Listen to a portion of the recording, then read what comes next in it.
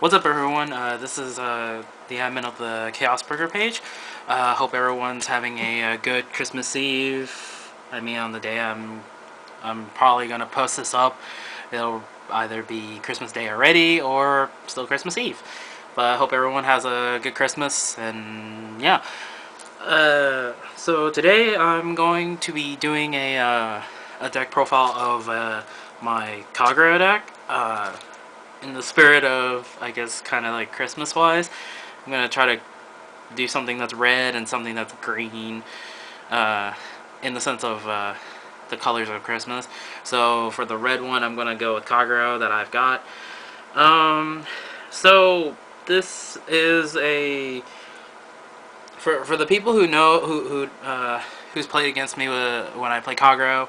This is not the legend Circle Lord or Legend Gray or like anything that really relates to anything legend wise, which is yeah. Mine is the this is the or DOTEX deck with a little slight alterations to how I play it. Um, so I mean, let's just get down to it. So my starter is Ripple Circle Kit. It's essentially the grade 3 searcher for the deck. There's been situations where people will tell me to run Sadag or Undu or any of the other starters. I've tried Sadag. Sadag is good. I just feel like I don't really like. It doesn't really work well with me. Um, because of, for some odd reason, this is one of the decks that I run that just grade 3 wise doesn't come to me, even though I run a fair bit of it. So this ends up being my starter after testing so much, and it ends up being pretty well in this deck. I have no problems with it. So yeah, Red Trickle Kit, grade 3 searcher, top 5, counterblast 1, put in the soul. So yeah, so that's my starter. I am running 8 crit, because you do need the threat behind it. Behind the deck. There's you can't the deck can't can grind. It's just depending on the opponent, grinding tends to be pretty bad. So I'm going with the 8 crit. I did have it at 7 crit 5 draw at one point, but I decided to swap it out and make it 8 crit, only because it seemed like the crits were doing way better than running the draw triggers or the 5 draws. So yeah, so 8 crit. I'm running 4 draws, because you need hand power in this deck, but you don't want too much of it. I mean, running 7 crit 5 draws is kind of like the base of the basics wise for me, but for now I'm sticking with the 8 crit 4 draw just because it's been working lately and the threat behind the crits are pretty deadly, and also they're hollow. And then 4 heals. So I'm not running any Flame Dragon triggers, and most of the people are going to give me flack about it, saying, oh, you're bad for not running Flame Dragon triggers, blah, blah, blah, you know. But the thing is, like, I'm not running Legend. There's really no point in me running any Flame Dragon triggers. Not like I don't have it. I have all the Flame Dragon triggers. They're in here. But after playtesting and kind of just going with how my playstyle works, I kind of just went with the holo triggers, and I don't care at that point. I took out Legend, so with that said, it's not a Legend.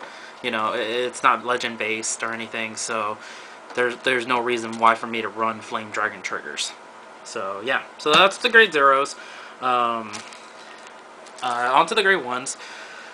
I'm running 4 of the Lizard General Conroe. Essentially, this card is when placed on Vanguard, you can reveal a grade 3 from your hand, and then go through your deck and search for a grade 3 Overlord and add to your hand. So you can search for any type of Overlord, whether it's Break Ride, Original, Legend, Great, Cross, N, doesn't matter which one. and then at the end you ditch a card from your hand once you add one. And then his other effect is you retire him, and then choose up to one of your Vanguards, and it gains the one of your Vanguards that has Overlord in its name, and it gains the following effect: when it declares an attack, unflip 2 damage. So this is your counter-charging unit for the deck. It needs the counter-charge because you do waste a ton of counter blasts in this deck through like your strides and whatnots. So it's pretty mandatory wise, and 4 is really good. You need it. I feel like you do need it at 4. You could cut it down to 3, but that's kind of pushing it. And I do want to see it a lot, so I run 4. I'm running 4 of the Protector of Dragon, the Unflipping PG. Again, you need counter charging. The deck just needs it. So you need some way to counter charge if you don't get Conroe. So yeah, so that's for the PGs. I am running 3 Stride Fodders. Reasoning why I'm only running 3 Stride Fodders is because since I'm running 9 grade 3s, I don't really need too many of him, and plus there really isn't too much room anyways. It's not like I can cut a Conroe for this, but I've never ran into a reason where Lawful was actually needed, whereas Conroe is. And so usually when I stride, I just ditch a grade 3 and set up my drop zone for other plays and stuff like that, for like burnouts and stuff like that. So 3 is pretty good. I have a 4th. It's not like I can't run it. Just don't really think it's needed. And then the reason why it's at 3 is because I'm running 2 of this card, Lizard Soldier Belag. So for the people who don't, so yes, it's a 6K. It's a promo from I think it was like Sovereign Star or whatever. The buy like 6 packs and you get like a promo pack and chance of getting either this or Dark Metal Chameleon or whatever whatnots. So this card is actually not that bad right now. People aren't giving it too much credit. Quote, this is like people are gonna call this like a hand trap deck, but it's not. This is more of a tech end for me because and I've been running this ever since I think close to when it's first released. Not like, I mean, when it was released, I didn't run it for like maybe a month or 2 until I started finding out that decks like Pale Moon were starting to give me trouble, and so I had to find a way to kind of combat it. And so this more in the lines of combating them getting too much advantage. So I was like, alright, well, I need some way to start killing stuff. And so this ended up being in the deck. I did run it at 3 at one point, but I felt like 3 was way too much and I needed the Conroes. At one point I did run 3 Conroes and 3 this. So I dropped it. Because this is situational and you don't want to use this too often. You only need it when you need it. So its effect is Gem Break 1. When this is placed on the guard circle, choose one of your Vanguards, and then until the end of turn, that battle, sorry, not turn, but until that battle, it gets, at the end of the battle that this unit was attacked, if the attack did not hit during that battle, choose one of your opponent's rear guards at rest and retire it. So this helps with getting rid of annoying rear guards. Yes, it's a 5K guard, but I mean, usually you'd multi-guard, you'd put out more cards to guard anyways. So it's like, okay, well, I'll just guard with this and another card, and then I'll pop something on your end. Like, it gets rid of annoying cards that you know that's gonna net your opponent advantages, whether it's like their starter, if their starter is still there, whether it's a critical trigger that, you know, goes into soul or whatnot to get power. It makes people weary of what to do because of this, because they can lose a card. They can also lose a rear guard that's attacking if they run stand triggers and stuff like that. So this is more just a defensive play for me. And yeah, the only thing is that it's good at 2. There's no reason to run any more than that. I mean, it's a 6K'er. You don't want... I'm not fond of 6K'ers, but I do feel the need of him sometimes. Depending on the deck, it's really good. So yeah, do take note that with this card, turn player priority effects activate first before you get your effects off. So say that say that you're facing a Gear Chronicle player and they melon for 11, and you use this to guard. You can't technically kill the melon because it's turn player priority, but whatever is grade 0 that they bring out, that you can kill. So in a way, it does stop their combos going, because you do kill off whatever they bring out. Another thing is Aquaforce stacks wise. If you use this to guard, depending on the card, turn player priority again. If their effects allow them to restand, you can't kill the card because turn player priority and it's already standing. So you have to kill something that's rested. So you gotta be pretty you gotta be strategic on running this card. Gotta know when it's worth using and when it's not. And yeah, so yeah, you can't just massively use this and think, oh, this is like a really good way to combat it. No, you have to play it strategically, and you have to play it right. So yeah, so that's all my grade 1s. I think it's like 13 grade 1s. So yeah, grade 2s, I am running 4 of the Dragonic Burnouts. Essentially, choose an Overlord from your drop zone, put it to the bottom of the deck, Soul Blast 1, and target a rearguard and retire it. Funny thing with this card is because of how his wording is with the effect, you don't actually need to use his full effect. You can actually use his send an Overlord to the bottom effect and not fulfill the rest of it. Because, yeah, but depending on the situation, you do want to put that Overlord to the bottom, but sometimes you don't.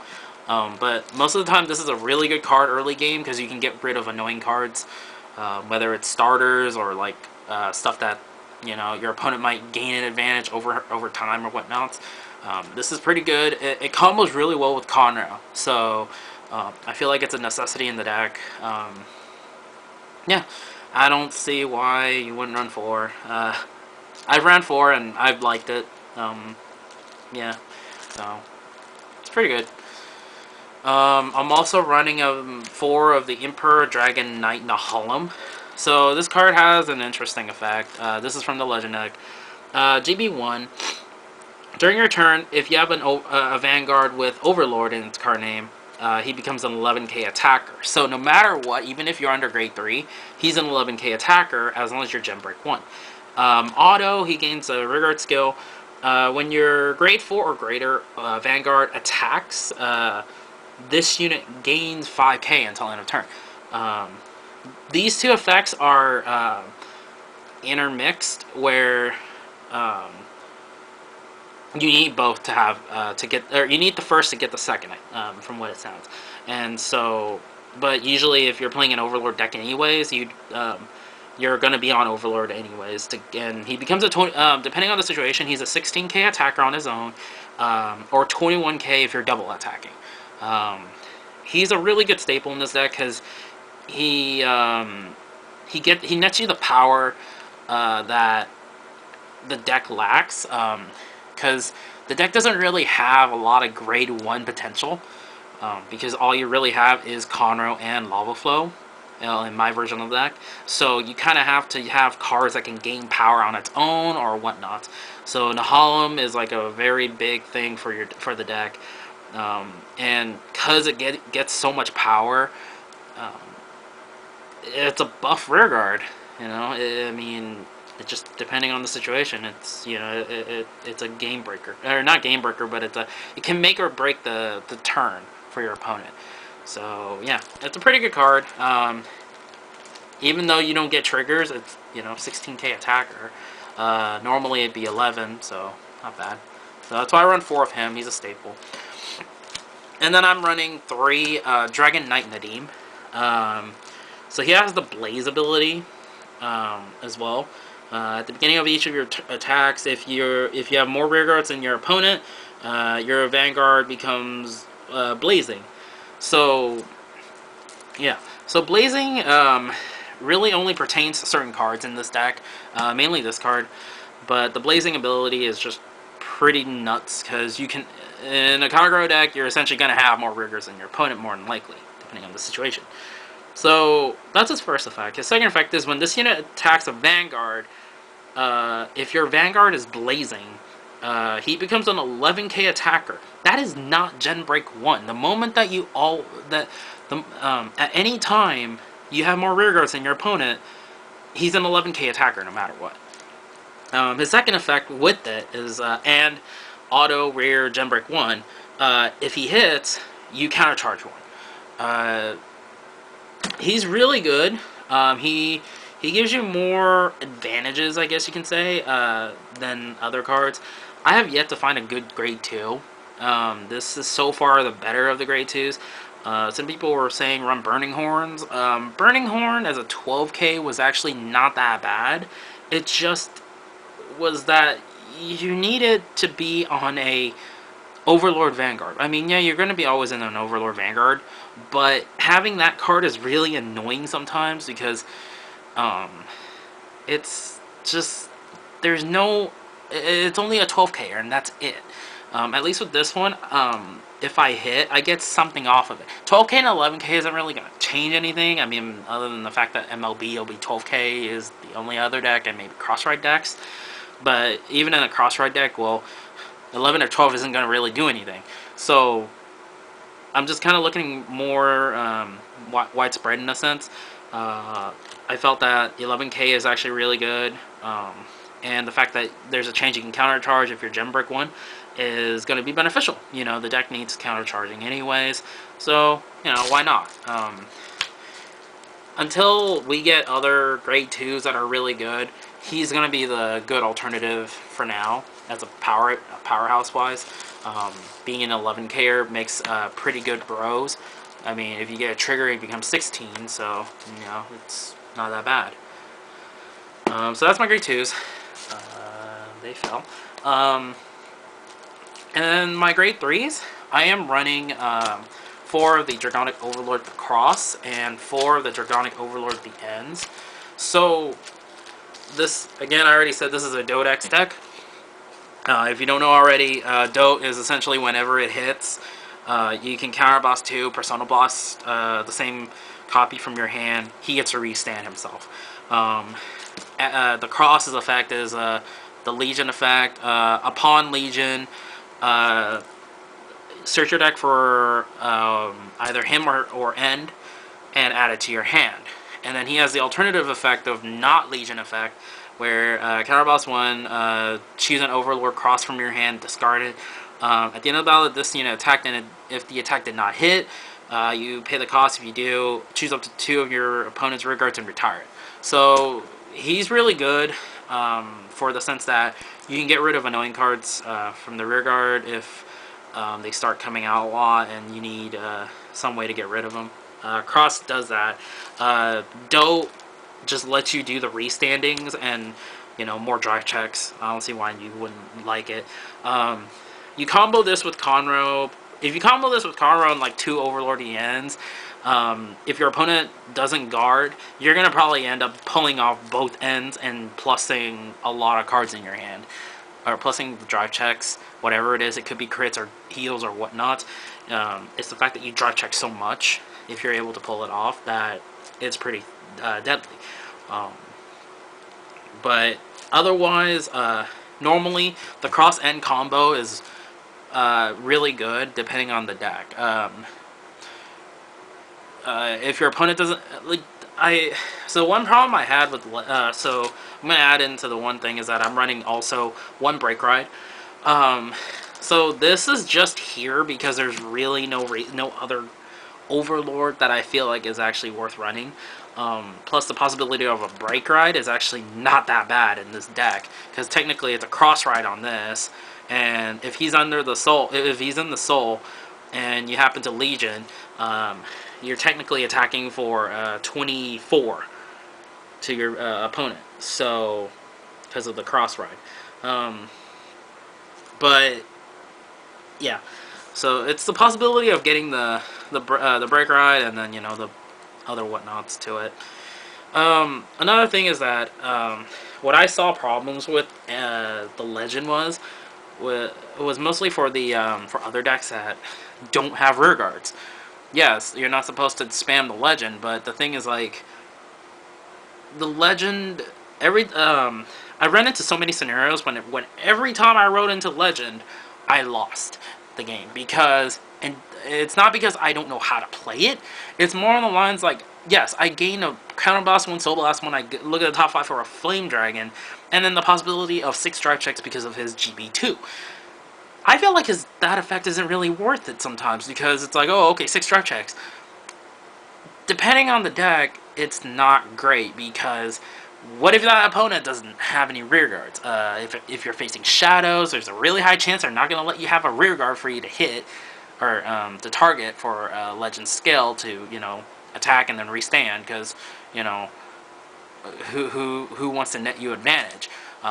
Same thing with Pale Moon. There's never really a rear guard for you to target to hit, so you can't really target it for a double for a restand.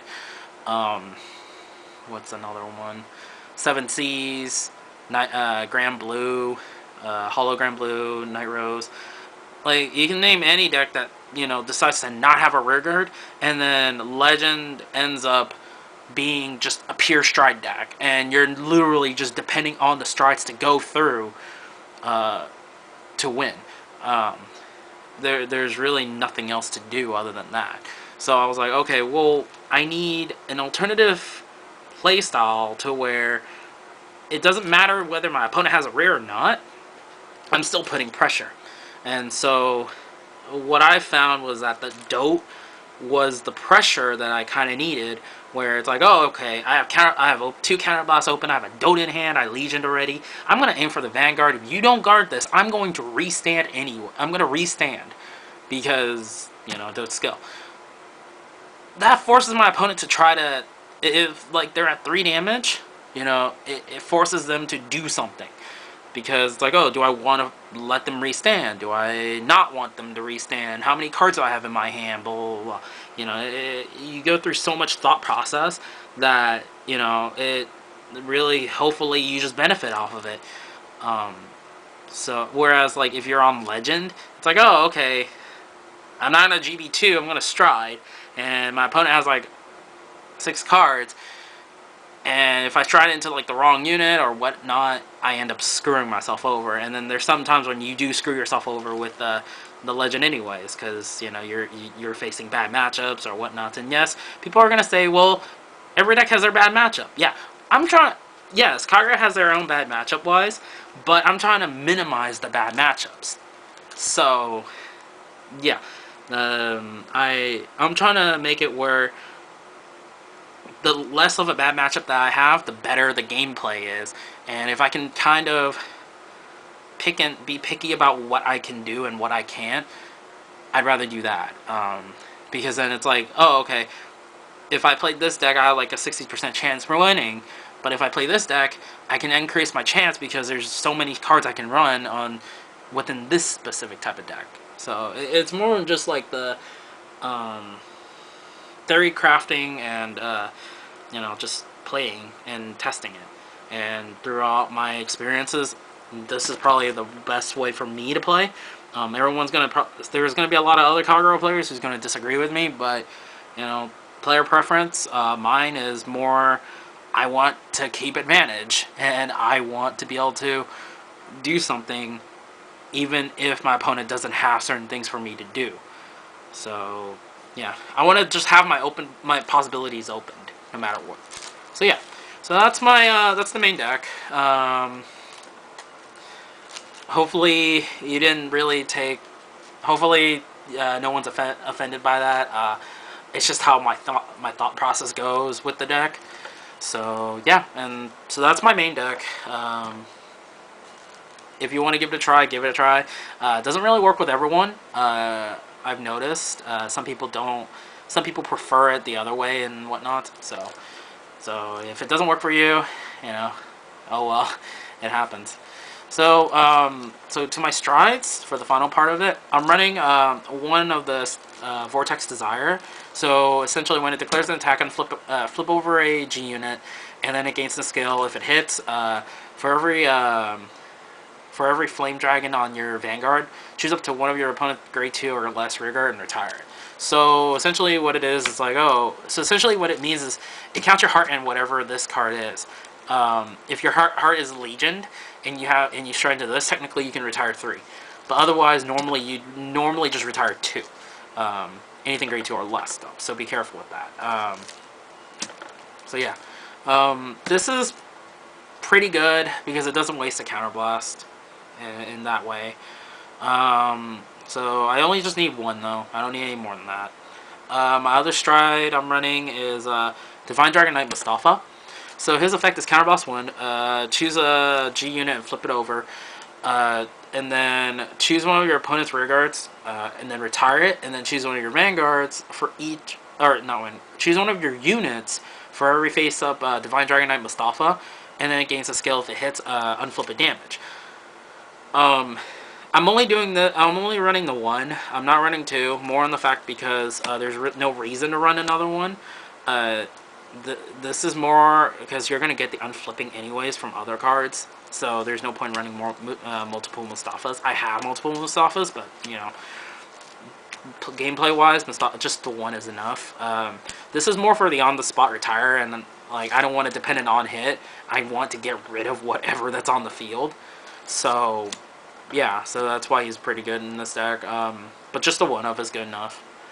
And then I'm running 4 Dragonic Blade Master Titan. So his skill is counterboss 1. Flip over a card from your G zone. Choose up to the same number of your opponent's rearguards as the number of Titan face up in the G zone, and retire them. And then until the end of turn, it gets the continuous ability. If this unit is blazing, he gets a +1 crit, and then he's also got blaze. So usually what happens with this combo is I would go first stride into Vortex or Mustafa, flip over a Titan, and then proceed my turn. And then after that, the next turn, I would stride into Titan, and depending on how many rearguards my opponent has, I'd either... Sorry about that. So it cut a little bit. So yeah. So usually what I was going to say was, depending on the situation, I'd flip over either one of the other ones I haven't flipped up or another Titan, depending on the rearguards my opponent has. So the crit is what actually makes this really threatful, because, you know, who wants to take a 2 crit into the face? So 4 Titans is pretty good, I would say. You usually pull off like 3 of them, if anything, and it really pressures your opponent because of the crit. So just watch situation-wise. That crit is actually pretty good. So continuing on, I'm running 4 of the Novell Express. So his skill is Act GB2, Counterboss 1. Oh yeah, and I forgot, Titan's GB2. So with Novell, Counterboss 1, choose a Novell and flip it over in the G zone, and then until the end of turn, it gets the following ability. During the battle, this unit attacks a Vanguard. Your opponent cannot call any grade 1 to the guard circle. So essentially, no grade 1, no PG, no Quintet 1, nothing. Grade 1. Your opponent is still allowed to use grade 0s, G guards, and grade 2s. People are making the mistake of Novell being able to not let your opponent guard with grade 1s or greater. That is incorrect. It's only grade 1s. So whenever you see this card, be careful, because some people will just assume that it's grade 1 or greater, but it's not. And then it also has the other continuous ability. During your turn, if the number of cards in your opponent's damage zone is 5 or more, all your opponent's triggers effects are nullified. So they cannot 6 damage heal, is what that means. So if your opponent's at 5, or say like this scenario, if you're at 5 and you attack with this, and your opponent stays at 4, and they no guard this, if you hit a crit, you essentially win the game. Because there's no way for them to 6 damage heal if you're at 5 and your opponent's at 4. The moment you hit a crit, you win. Yes, they'll trigger the 5th damage trigger, but they still have to take an extra damage because of the crit, and they can't heal it. So it's essentially you know, it ends the game right there. So be careful with that. It's more on the lines that you can trigger anything from 1 to 5, but then in the 6th one, it doesn't even work with him while he's on the field. So another thing with this is that if your rear guard attacks and it's the 6 damage, it also nullifies it. So because it's the entire turn. So just be careful with that. I run 4 because I like to have the ability to try to endgame my opponent by preventing them from using any PGs or anything. Most people will save their G guards for this, and then their PGs for the other one, for Titan.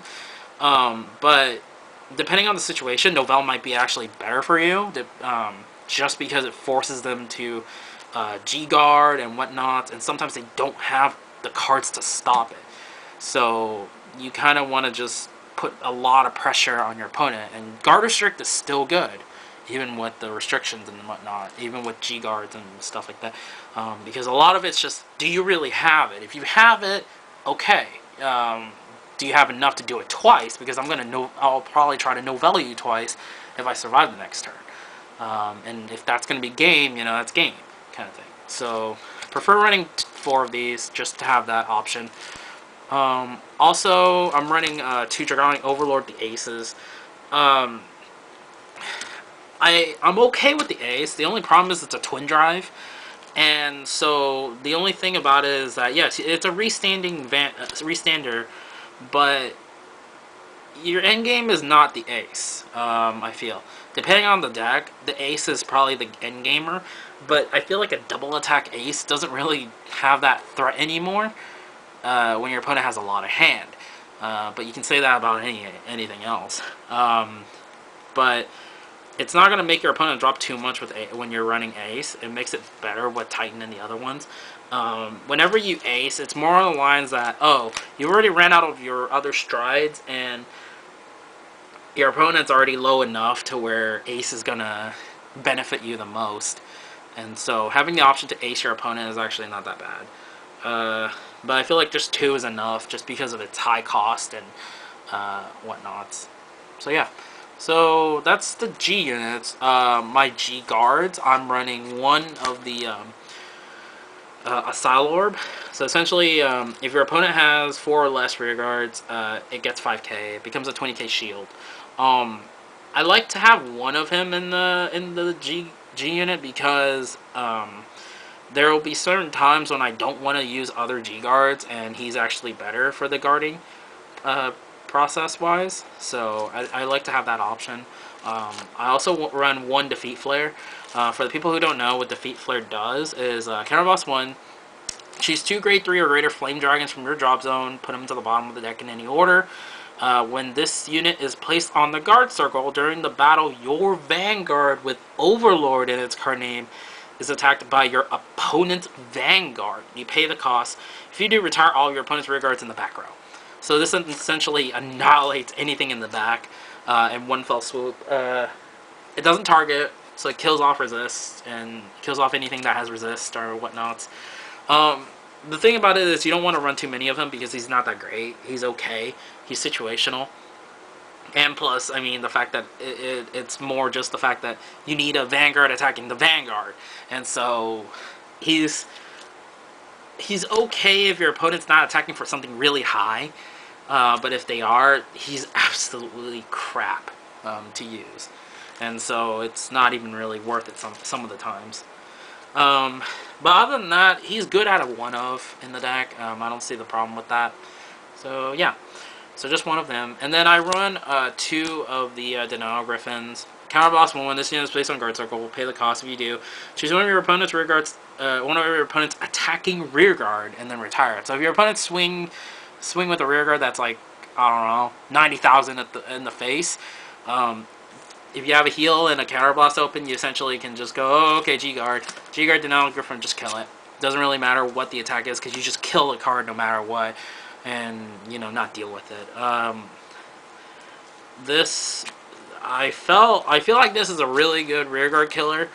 The only problem is there's just not enough room, and I don't feel like there's.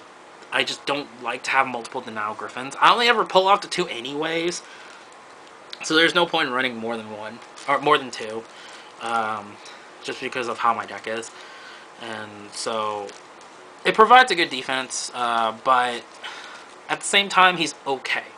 Um, but he's pretty good already in its own, and he puts enough.